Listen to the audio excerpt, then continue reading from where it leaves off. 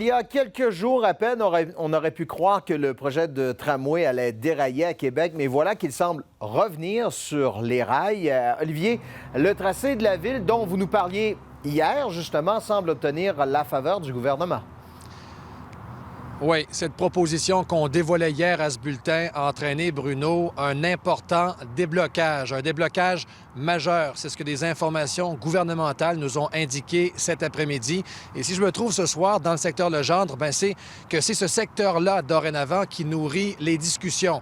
Mais rappelons donc ce tracé proposé par l'administration Labaume hier et que nous avons obtenu. Alors, voyez maintenant, c'est une ligne jaune assez est-ouest. Alors, on ajoute du côté de la ville un tronçon vers d'Estimauville, entre Saint-Roch et d'Estimauville.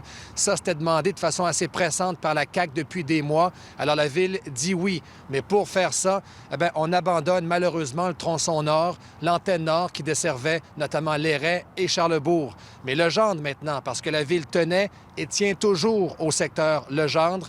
Alors, ce qu'on me dit dans chaque camp ce soir, Bruno, le gouvernement, la ville, c'est qu'on travaille dorénavant à une vision commune pour développer Legendre, donc autour du fameux entrepôt IKEA dans l'ouest de la ville. La CAQ a des attentes. On veut vraiment un développement sous le signe de l'innovation et pas seulement des slogans. On veut une masse critique d'entreprises de haute technologie. On veut de la place pour la nouvelle économie. Et pour le résidentiel, parce qu'il y en aura, on veut que la population active, Bruno, trouve son compte, que les petites familles soient au rendez-vous. Alors, beaucoup de travail à l'horizon, mais de l'espoir. Voici le maire Labaume. Je vais vous dire ceci, je n'aurai aucun commentaire à faire, sinon de dire qu'on a eu une bonne rencontre, je pense. On connaît les objectifs et les plans de l'un et de l'autre. On a convenu de travailler très, très fort dans les prochains jours.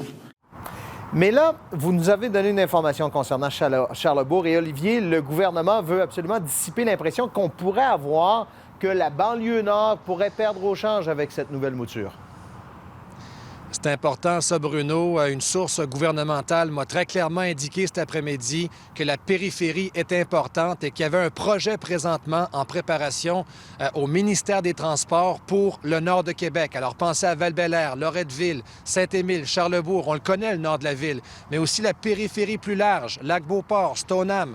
Alors, ce que j'entends d'une autre source au fait de ce dossier-là, c'est qu'on pourrait s'inspirer du plan de voies réservées que le ministre des Transports, M. Bonnardel, a proposé l'été passé pour Montréal. Donc, des ajouts de voies nettes réservées sur des autoroutes provinciales pour permettre à des autobus d'offrir des liens plus rapides, de desservir des parcs aux bus. Alors ça, c'est dans les cartons.